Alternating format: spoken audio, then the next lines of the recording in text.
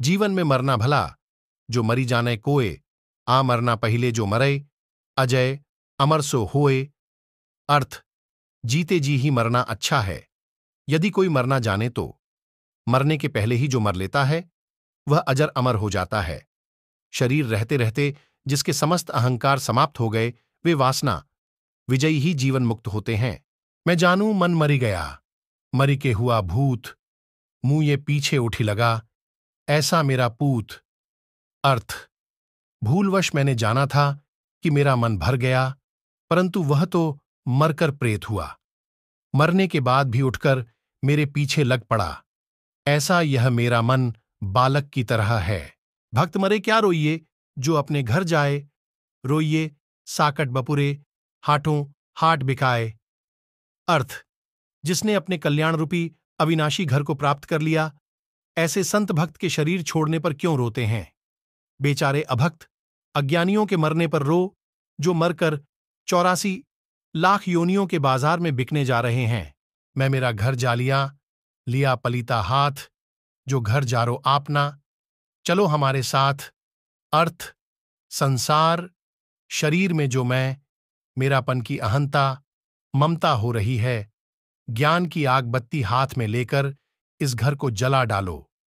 अपना अहंकार घर को जला डालता है।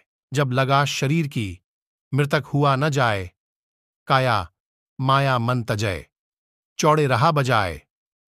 अर्थ, जब तक शरीर की आशा और आसक्ति है, तब तक कोई मन को मिटा नहीं सकता।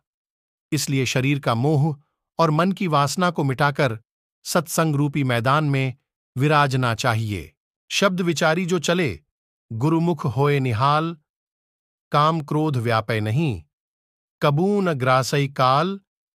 अर्थ, गुरुमुख शब्दों का विचार कर जो आचरण करता है वह कृतार्थ हो जाता है। उसको काम क्रोध नहीं सताते और वह कभी मन कल्पनाओं के मुख में नहीं पड़ता।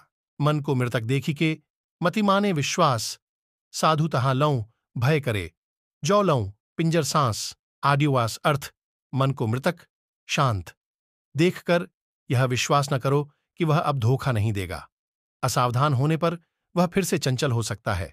इसलिए विवेकी संत मन में तब तक भय रखते हैं जब तक शरीर में सांस चलती है। कबीर मृतक देखकर मति धरो विश्वास, कबहू जागय भूत है करे पिड़का नाश। अर्थ, ऐ साधक, मन को शांत देखकर निडर मत हो, अन्यथा वह तुम्हारे परमार्थ में मिलकर जागृत होगा और तुम्हें प्रपंच में डालकर पतित करेगा। अजहू तेरा सब मिटय, जो जग मानय हार, घर में झजरा होत है सो घर डारो जार। अर्थ, आज भी तेरा संकट मिट सकता है यदि संसार से हार मानकर निर्भिमानी हो जा। तुम्हारे अंधकार रूपी घर में को काम क्रोधा आदि का झगड़ा हो रहा है, उसे ज्ञान की अग्नि से जला डालो। सत्संगति है सूप ज्यों, त्यागय फट की असार, कहें कबीर गुरु नाम ले, परसय नहीं विकार।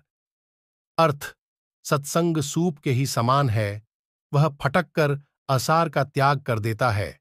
तुम भी गुरु से ज्ञान लो, जिससे बुराइयां बाहर हो जाएंगी।